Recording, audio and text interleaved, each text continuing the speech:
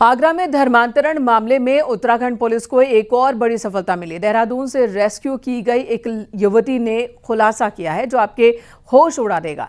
इस युवती ने एक संगठित धर्मांतरण गैंग की पोल खोली है जो हिंदू लड़कियों को निशाना बनाकर विदेशों से फंडिंग जुटाता था।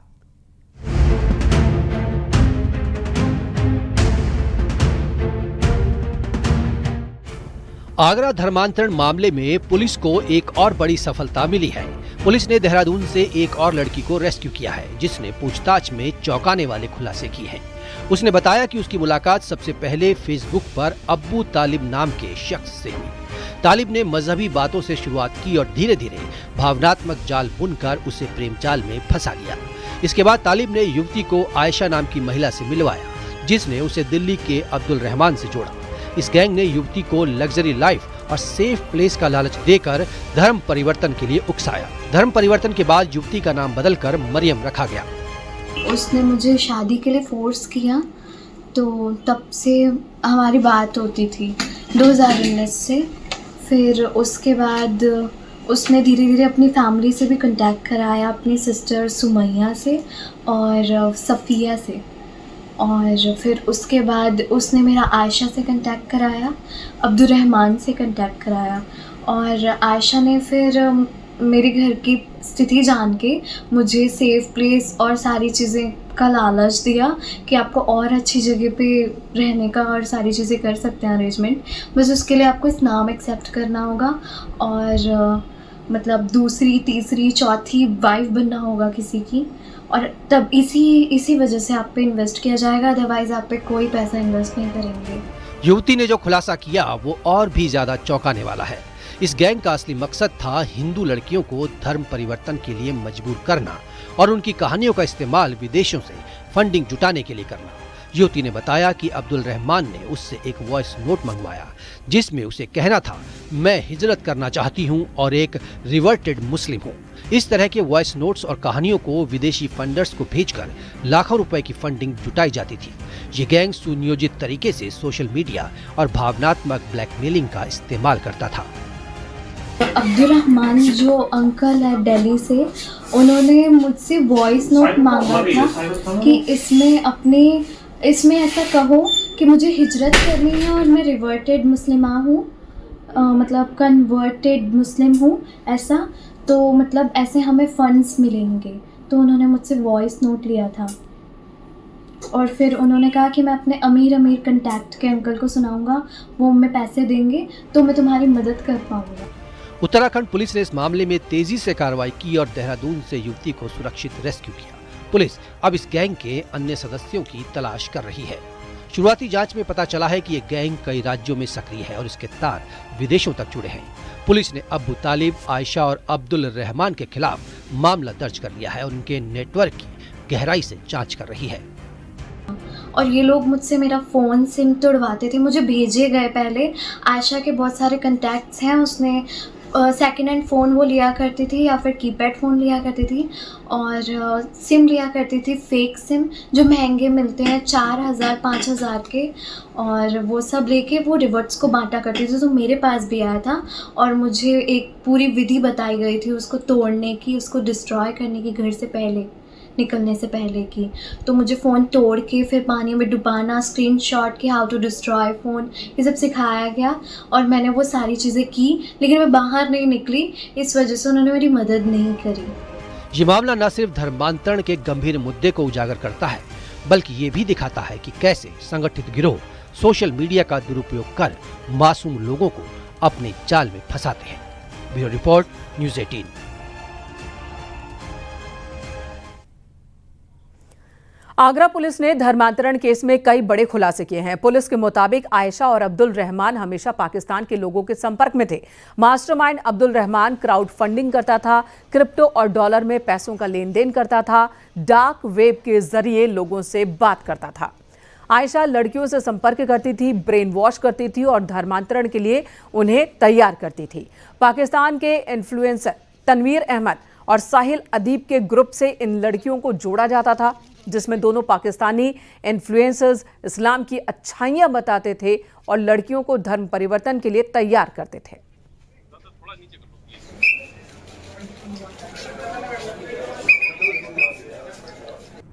इस ग्रुप के कम से कम 3 सदस्य डार्क वेब की जानकारी रखते थे और इसके द्वारा अपने सदस्यों से बात करते थे। आप सभी जानते हैं कि डार्क वेब का प्रयोग वही लोग करते हैं जो कि पूरी तरह से तथ्यों को गोपनीय बनाए रखना चाहते हैं। इनके द्वारा जो ग्रुप बनाया गया, ये लोग सामान्यतया सिग्नल पर बात करते थे ताकि सुरक्षा एजेंसियों को इसकी जानकारी या इसके सूत्र इनको नहीं मिल सके। ये जो चीजें हैं, ये हमारे राष्ट्रीय और आंतरिक सुरक्षा के लिए एक बहुत बड़ी चुनौती है और हमारी जो डिफरेंट कंसर्न एजेंसियां हैं सिक्योरिटी की, वो सब भी इनसे पूछताछ कर रही है, क्योंकि एक तरफ से इन सभी बालिकाओं से कल को हो सकता है कि ये लोग एक स्लीपर सेल के रूप में काम करते हैं, क्योंकि इनके थ्रू ये लोग कहते थे कि जो हम आपको प्रीच कर रहे हैं उस प्रीच के लिए आपको सवाब का फल तभी मिलेगा जब आप इसके बदले में हमें कुछ भी पैसा देंगे। तो पैसा भेजने का भी इनका एक रूट इन्होंने इसके लिए तय किया था। हमारा जो आगरा का एक्यूज्ड है, जिसको कि रहमान, जो कि 12वीं फेल है, लेकिन जिसे कंप्यूटर की कम से कम 10 भाषाओं की जानकारी थी, जो पॉडकास्ट पर अच्छी अंग्रेजी बोल रहा था और उसने क्राउड फंडिंग के द्वारा उसने बात स्वीकार की। क्राउड फंडिंग करके उसने पैसे को फिलिस्तीन के लिए उसने भेजा और उसके साथ जो चीजें मिली उसमें वो क्रिप्टो का भी यूज करता था और डॉलर में भी उसके साथ पैसे का लेन देन। अगली खबर गाजीपुर से, जहां पर एक बेटे ने मां, पिता और बहन की हत्या की है। जमीन के विवाद में उसने इस वारदात को अंजाम दिया है। डिलिया गांव में ट्रिपल मर्डर से सनसनी मची है। मनीष मिश्रा हमारे सहयोगी गाजीपुर से जुड़ चुके हैं फोन लाइन पर। मनीष, इस वारदात के बारे में विस्तार से बताएं। देखिए, ये पूरा मामला गाजीपुर के सदर कोतवाली थाना क्षेत्र के डिलिया गांव का है, जहां पर यह सनसनीखेज मामला सामने आया है। डिलिया गांव में रहने वाले आरोपी ने अपने माता पिता और भाई बहन की धारदार हथियार से मारकर हत्या कर दी। इस घटना के पीछे जमीनी विवाद सामने आ रहा है। बताया जा रहा है कि आरोपी के पिता ने उसकी बहन के नाम कुछ जमीन कर दी थी, जिससे आरोपी नाराज था और इस बात को लेकर घर में उसका झगड़ा चल रहा था, विवाद चल रहा था। इसी विवाद के दौरान आज उसने अपने पिता को, अपनी मां को और अपनी बहन को कुल्हाड़ी से मारकर उनकी हत्या कर दी और इस घटना के बाद से ही पूरे इलाके में सनसनी फैली है। इस घटना को सुनकर, देखकर लोग हैरान हैं और बड़ी संख्या में मौके पर भीड़ भी जमा हो गई। साथ ही पुलिस अधिकारी मौके पर पहुंचे हैं, जिन्होंने शवों को पोस्टमार्टम के लिए भेजा है। जी, धन्यवाद आपका मनीष, इस वक्त पूरी जानकारी देने के लिए। तो पुलिस मौके पर पहुंच चुकी है, जांच पड़ताल चल रही है इस पूरे मामले की। रामपुर में 15 दिन बाद एक महिला का शव निकाला गया कब्र से बाहर। छत्तीसगढ़ के बिलासपुर में 12 जुलाई को महिला का शव मिला था। मृतक महिला के शव को परिजनों ने रामपुर लाकर दफन कर दिया। महिला के परिजनों ने उसके पति पर हत्या का आरोप लगाया। वो छत्तीसगढ़ के बिलासपुर में मदरसे का इमाम है।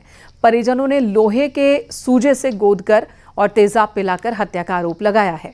छत्तीसगढ़ पुलिस और मृतक महिला के परिजनों के कहने पर रामपुर पुलिस ने महिला का शव कब्र खोदकर बाहर निकाला और उसे पोस्टमार्टम के लिए भेजा है।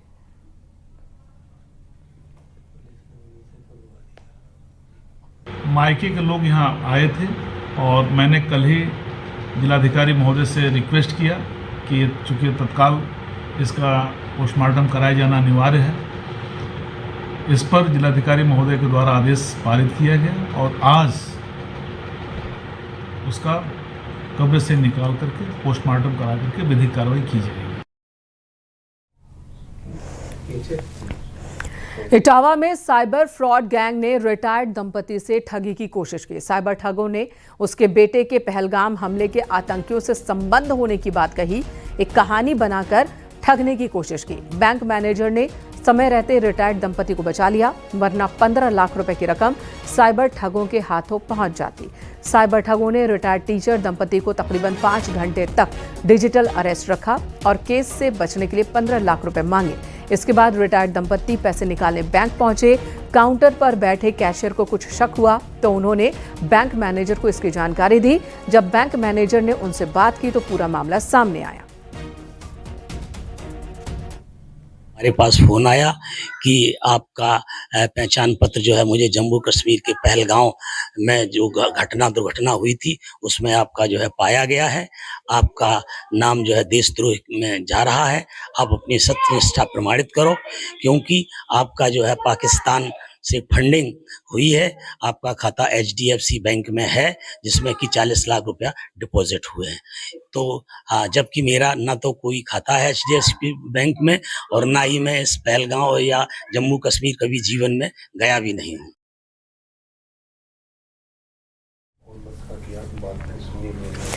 धर्मांतरण के जल्लादों का एक एक कर हिसाब हो रहा है। अब की बार धर्मांतरण गिरोह के सरगना जलालुद्दीन उर्फ छांगुर के भतीजे सबरोज के मकान पर बुलडोजर चला। धर्मांतरण मामले में दर्ज FIR में सबरोज 5वें नंबर पर आरोपी है।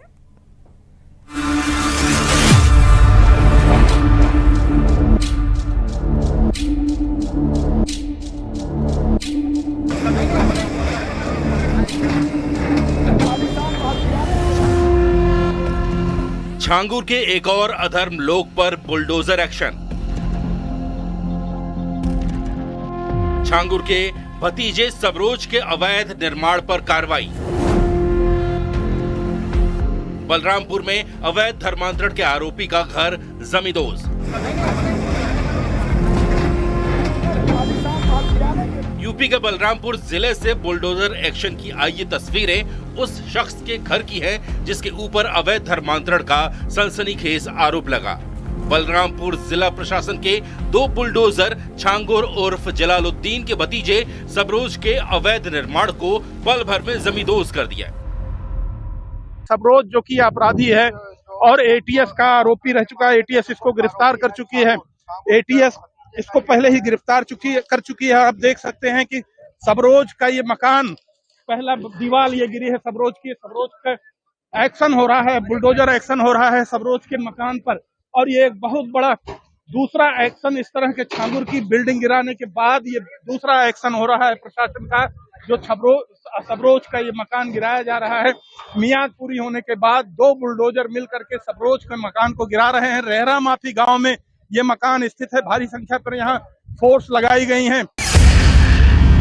सबरोज अवैध धर्मांतरण कराने वाले गैंग के सरगना छांगुर का भतीजा है और वो धर्मांतरण मामले में दर्ज FIR में 5वें नंबर का आरोपी है। फिलहाल वो जेल में बंद है। सबरोज पर भी अपने चाचा छांगुर की तरह ही सरकारी जमीन पर अवैध तरीके से मकान खड़ा करने के आरोप लगे थे, जिसके बाद बलरामपुर का जिला प्रशासन रहरा माफी गांव पूरे दल बल के साथ पहुंचा और एक्शन शुरू कर दिया। जितने भी आरोपी हैं, अगर उनका मकान अवैध बना हुआ है तो इसी तरीके से जमींदोज होगा। पहले छांगुर का हमने देखा आरोपी का, अब आरोपी सरबोज तीसरा भी आ सकता है।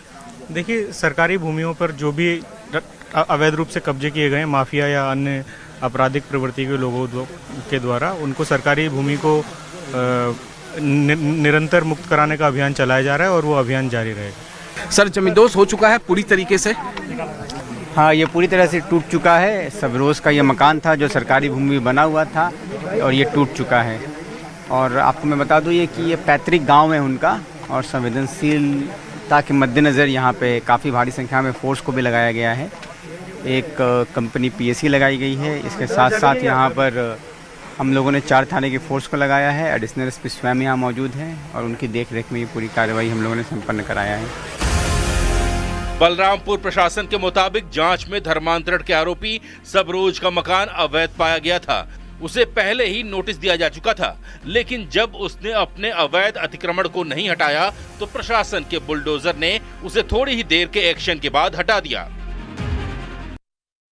बड़ा संदेश, अवैध धर्मांतरण का काला साम्राज्य जो पूरे देश में छांगुर ने फैला रखा था, विदेशों से फंडिंग हो रही थी और उसके जरिए एक अवैध धर्मांतरण, लब जिहाद, लैंड जिहाद का जो मामला चल रहा था, उसको लेकर के प्रशासन की तरफ से, शासन की तरफ से और सरकार की तरफ से एक बड़ी कार्रवाई हो रही थी। आप देख सकते हैं गिर गया मकान, पूरा मकान सबरोज का ढहा दिया गया है। 2 बुलडोजर मिलकर के उसकी पूरी छत गिर गई है और इस तरह से एक बड़ी कार्रवाई सबरोज के मकान पर की गई है।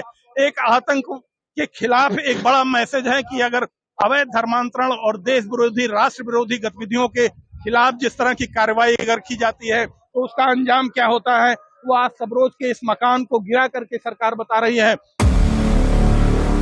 छांगुर और जलालुद्दीन के मायालोक में कई ऐसे काल नेमी किरदार हैं जिनसे पर्दा उठना अभी बाकी है। जाहिर है आने वाले दिनों में पुलिस और ईडी ऐसे काले किरदारों का पर्दाफाश करेंगी और उन पर भी ऐसा ही एक्शन होगा। इस बीच अवैध धर्म परिवर्तन गैंग चलाने वाले आरोपी छांगुर उर्फ जलालुद्दीन के चॉकलेटी बॉय बदर अख्तर सिद्दीकी का एक सबसे बड़ा सबूत सामने आया। न्यूज़ 18 के हाथ उसके लव जिहाद मिशन का एक सर्टिफिकेट लगा है जिसमें वो आरव बनकर हिंदू लड़की से शादी उसने की थी। मेरठ पुलिस अब बदर अख्तर सिद्दीकी के खिलाफ एफआईआर दर्ज कर उसकी तलाश कर रही है।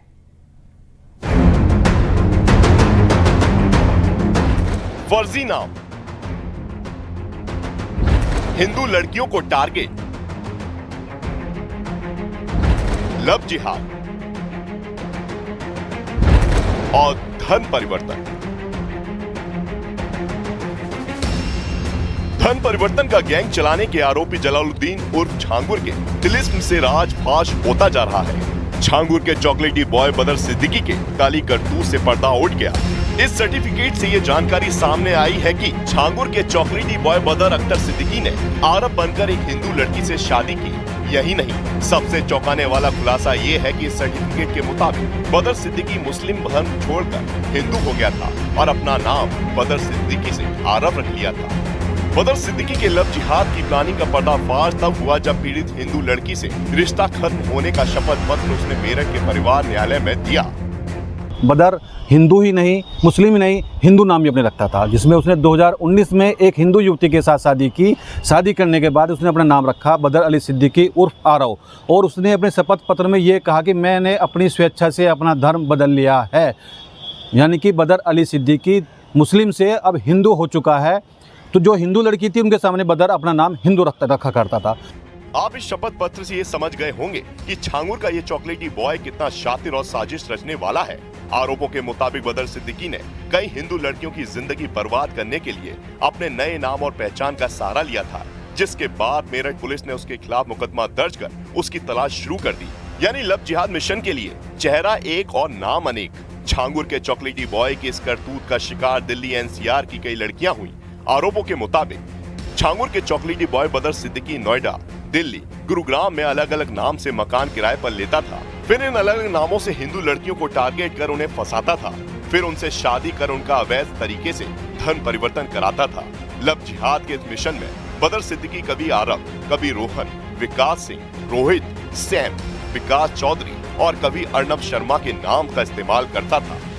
ऐसे कई दर्जन नाम हैं जिसमें बदर ने अपने नाम बदले हैं। बदर के नाम सैम भी है, बदर का नाम रोहित भी है, बदर का नाम विशाल चौधरी भी है, विकास चौधरी भी है, आरव भी है, अर्नव भी है। ऐसी दर्जनों लड़कियां हैं जो दिल्ली एनसीआर के जिनके पास बदर ने नए नए नाम रखकर नए नए डॉक्यूमेंट बनाकर जो है उनके साथ में छल किया, कपट किया, उनका लव जिहाद कराया, फिर धर्मांतरण कराया। हालांकि बहुत लड़कियां ऐसी हैं जो मिसिंग हैं, सुरक्षा एजेंसियां और पुलिस जांच कर रही है। लेकिन जो इस तरह से बदर का ये नया चेहरा सामने आया कि बदर अपने नए नए नाम रखकर भी लड़कियों को फंसाता था। यूपी के बलरामपुर में अवैध धन परिवर्तन कराने के आरोपी छांगुर उर्फ जलालुद्दीन की गिरफ्तारी के बाद बदर अख्तर सिद्दीकी चर्चा में आया था।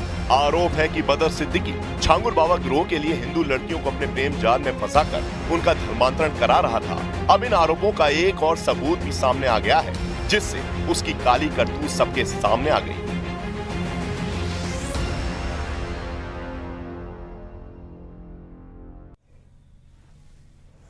नोएडा में तेज रफ्तार BMW ने स्कूटी सवार को टक्कर मारी। इस हादसे में 5 साल के एक बच्चे की मौत हो गई। स्कूटी सवार 2 लोग गंभीर रूप से घायल हुए हैं।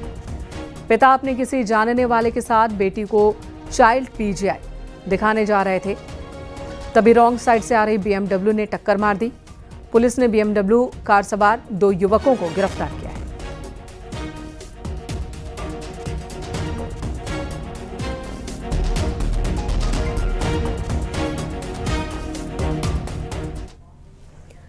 इधर गाजियाबाद में पुलिस ने गैंगस्टर नाजिया अख्तर पर बड़ी कार्रवाई की। प्रशासन ने उसके तकरीबन 2 करोड़ 40 लाख की संपत्ति कुर्क की है। नाजिया पर धोखाधड़ी समेत कई केस दर्ज हैं। आरोप है कि ये संपत्ति उसने अपराध के पैसों से ही हासिल की। कुर्क की गई संपत्तियों में 2 करोड़ का एक 2 मंजिला मकान, 40 लाख रुपए के 2 टेम्पो ट्रैवलर शामिल है। गाजियाबाद पुलिस कमिश्नरेट के आदेश पर यह एक्शन हुआ। 107/25 धारा 2/3 गैंगस्टर एक्ट बनाम राजीव चौहान। सहायक पुलिस आयुक्त नंदग्राम के द्वारा मुकदमे से संबंधित अभियुक्ता नाजिया अख्तर की अवैध रूप से कमाई से खरीदी गई 2 करोड़ रुपए की बिल्डिंग जो कि थाना साहिबाबाद में स्थित है, उसको कुर्क किया गया है। साथ ही साथ 2 टेम्पो ट्रेवलर जिनकी कीमत करीब 40 लाख रुपए है, उनको भी कुर्क किया गया। इस प्रकार कुल 2 करोड़ 40 लाख रुपए की संपत्ति को कुर्क किया गया है।